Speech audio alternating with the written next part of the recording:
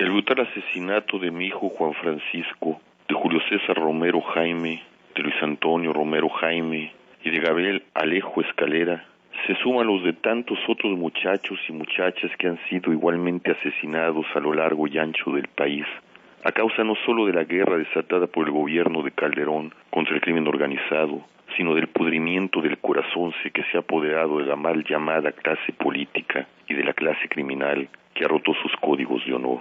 No quiero en esta carta hablarles de las virtudes de mi hijo, que eran inmensas, ni de los otros muchachos que vi florecer a su lado, estudiando, jugando, amando, creciendo, para servir como tantos otros muchachos a este país que ustedes han desgarrado.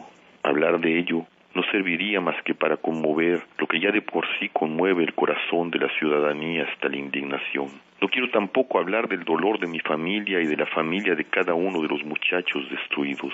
Para ese dolor no hay palabras, solo la poesía puede acercarse un poco a él, y ustedes, políticos y criminales, no saben de poesía.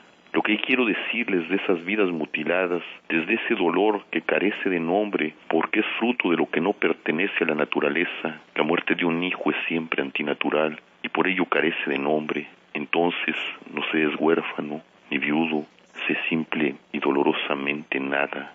Desde esas vidas mutiladas, repito, desde ese sufrimiento, desde la indignación que esas muertes han provocado, es simplemente que estamos hasta la madre. Estamos hasta la madre de ustedes, políticos, y cuando digo políticos no me refiero a ninguno en particular, sino a una buena parte de ustedes, incluyendo a quienes componen los partidos, porque en sus luchas por el poder han desgarrado el tejido de la nación, porque en medio de esta guerra mal planteada, mal hecha, mal dirigida, de esta guerra que ha puesto al país en estado de emergencia, han sido incapaces de crear los consensos que la nación necesita para encontrar la unidad sin la cual este país no tendrá salida. Estamos hasta la madre porque la corrupción de las instituciones judiciales genera la complicidad con el crimen y la impunidad para cometerlo, porque en medio de esa corrupción que muestra el fracaso del Estado, cada ciudadano de este país ha sido reducido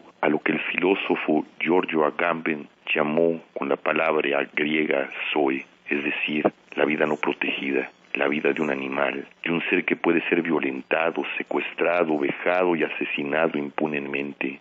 Estamos hasta la madre porque solo tienen imaginación para la violencia, para las armas, para el insulto y con ello un profundo desprecio por la educación, la cultura y las oportunidades de trabajo honrado y bueno, que es lo que hace a las buenas naciones.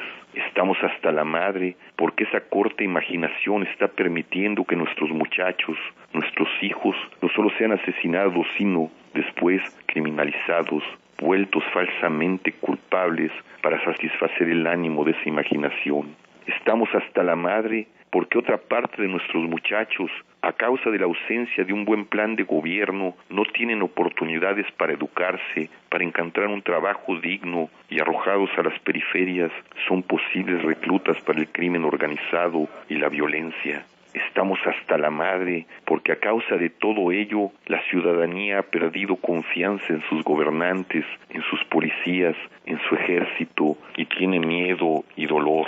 Estamos hasta la madre porque lo único que les importa, además de un poder impotente que solo sirve para administrar la desgracia, es el dinero, el fomento de la competencia, de su pinche competitividad y del consumo desmesurado, que son otros nombres de la violencia.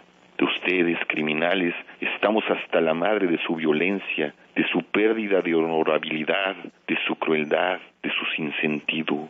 Antiguamente ustedes tenían códigos de honor, no eran tan crueles en sus ajustes de cuentas y no tocaban ni a los ciudadanos ni a sus familias. Ahora ya no distinguen. Su violencia ya no puede ser nombrada porque ni siquiera, como el dolor y el sufrimiento que provocan, tiene un nombre y un sentido. Han perdido incluso la dignidad para matar. Se han vuelto cobardes como los miserables sondercomandos nazis que asesinaban sin ningún sentido de lo humano a niños, muchachos, muchachas, mujeres, hombres y ancianos, es decir, inocentes. Estamos hasta la madre porque su violencia se ha vuelto infrahumana, no animal. Los animales no hacen lo que ustedes hacen, sino subhumana, demoníaca, imbécil. Estamos hasta la madre porque en su afán de poder y de enriquecimiento humillan a nuestros hijos y los destrozan y producen miedo y espanto. Ustedes, señores políticos, y ustedes, señores criminales, lo entrecomillo, la palabra señor, porque ese epíteto se otorga solo a la gente honorable, están con sus omisiones, sus pleitos y sus actos envileciendo a la nación. La muerte de mi hijo Juan Francisco ha levantado la solidaridad y el grito de indignación que mi familia y yo agradecemos desde el fondo de nuestros corazones, de la ciudadanía y de los medios. Esa indignación vuelve de nuevo a poner ante nuestros oídos esa acertadísima frase que el señor Martí dirigió a los gobernantes después del asesinato de su hijo: si no pueden, renuncien. Al volverla a poner ante nuestros oídos, después de los miles de cadáveres anónimos y no anónimos que llevamos a nuestras espaldas, es decir, de tantos inocentes asesinados y envilecidos, esa frase debe ir acompañada de grandes movilizaciones ciudadanas que los obliguen en estos momentos de emergencia nacional a unirse para crear una agenda que unifique a la nación y cree un estado de gobernabilidad real. Las redes ciudadanas de Morelos están convocando una marcha nacional el miércoles 6 de abril que saldrá a las 5 p.m. del Monumento de la Paloma de la Paz para llegar hasta el Palacio de Gobierno exigiendo justicia y paz. Si los ciudadanos no nos unimos a ella y la reproducimos constantemente en todas las ciudades, en todos los municipios o delegaciones del país, si no somos capaces de eso para obligarlos a ustedes, señores políticos, a gobernar con justicia y dignidad, y a ustedes, señores criminales, a retornar a sus códigos de honor y a limitar su salvajismo, la espiral de violencia que han generado nos llevará a un camino de horror sin retorno. Si ustedes, señores políticos, no gobiernan bien y no toman en serio que vivimos un estado de emergencia nacional que requiere su unidad, y ustedes, señores criminales, no limitan sus acciones, terminarán por triunfar y tener el poder, pero gobernarán o reinarán sobre un montón de osarios y de seres amedrentados y destruidos en su alma, un sueño que ninguno de nosotros les envidia. No hay vida, escribía el filósofo y novelista Albert Camus, sin persuasión y sin paz. Y la historia del México de hoy solo conoce la intimidación, el sufrimiento, la desconfianza y el temor de que un día otro hijo o otra hija de alguna otra familia sea envilecido y masacrado. Solo conoce que lo que ustedes nos piden es que la muerte, como ya está sucediendo hoy, se convierta en un asunto de estadística y de administración al que todos debemos de acostumbrarnos.